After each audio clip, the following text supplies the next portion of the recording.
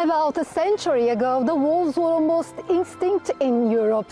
Their population recovered in the last 40 years when they were given protected status. But the European Union is now set to downgrade that status in a move that pits environmentalists against the agriculture sector.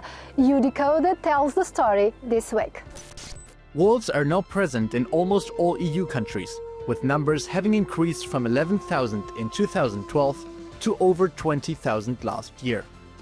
Italy, Bulgaria, Romania and Spain all have populations of over 2,000. Farmers in a few countries called for a review of the wolf conservation status, and in late 2022, the European Parliament called for their strictly protected status to be downgraded. The European Commission subsequently proposed such a change, a move that has now been endorsed by European governments, paving the way for a change to EU law. Ahead of its proposal, the Commission gathered data and surveyed public opinion.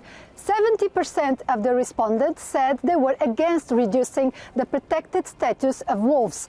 We asked people in Madrid for their opinion.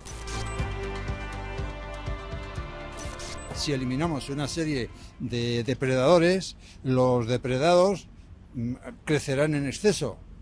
Entonces, pues aquí se va a producir un desequilibrio. No se pueden permitir sobrepoblaciones. Y es así, y hay que controlarlo.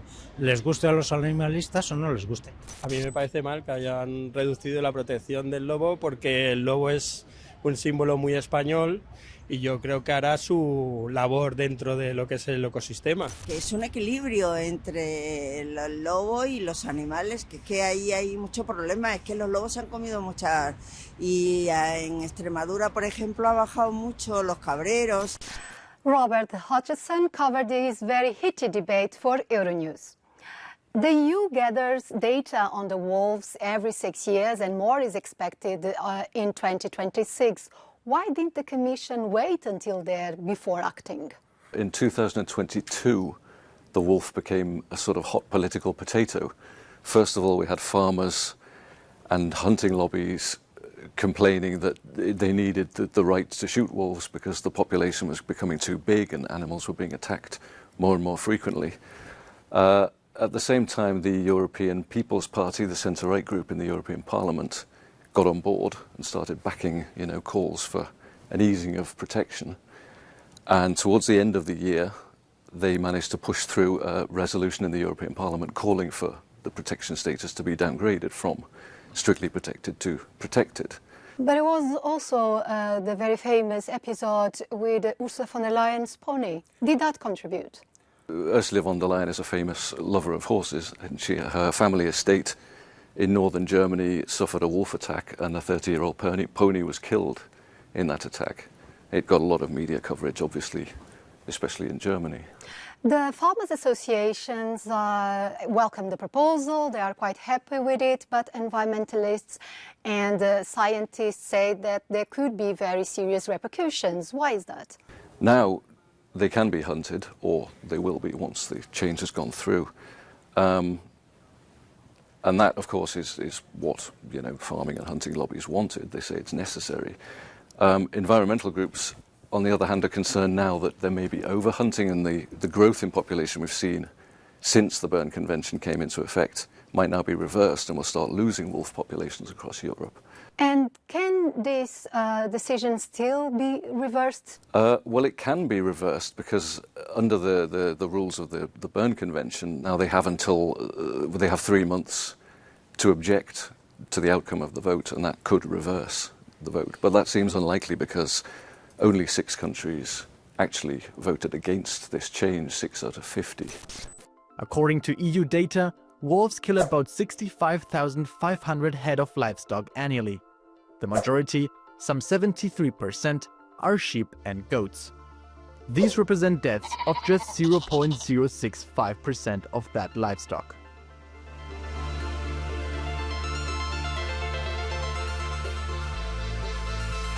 For WWF, this was really a politically motivated decision because actually in 2022, 2 years ago, Also, Switzerland made a proposal to the Berne Convention Standing Committee to lower the protection status of wolves.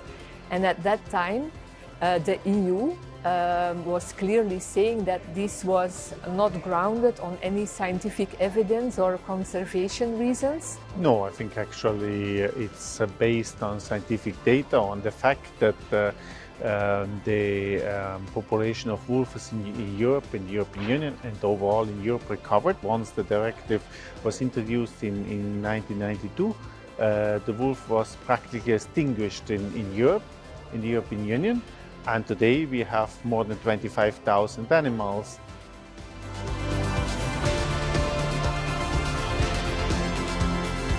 If you want to protect your livestock from wolf depredation, which is the main argument used by the Commission to come with a proposal, the only effective way to avoid this is to invest in protection measures like electric fencing, shepherding, lifeguarding dogs, etc. Flexible management means that the member state has the possibility to look how many animals are there and how many animals you want to have, clearly not endangering the species as such. This clearly means that some of the wolves you need to kill, some of these wolves you need to be very open on this.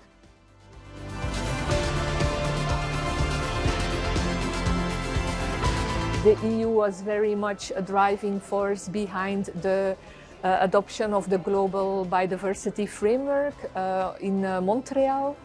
And this is giving a very bad signal because we ask other regions in the world to live together with elephants, with tigers, with lions, but we are not ourselves ready to live together with wolves. No, I think not at all. As I said, I see this from my place at home. I'm coming from the middle of the mountains of the Alps. I would rather say that the wolf is becoming more and more a threat for biodiversity because we are losing classical mountain pastures, which are biodiversity, also them. So I think we need a balance. There has been no reports of wolves attacking humans in Europe for the last 50 years. However, peaceful coexistence remains a challenge outside conservation reserves, such as this one in Limburg in Belgium. Whether the measure will help to create more harmony between man and beast remains to be seen.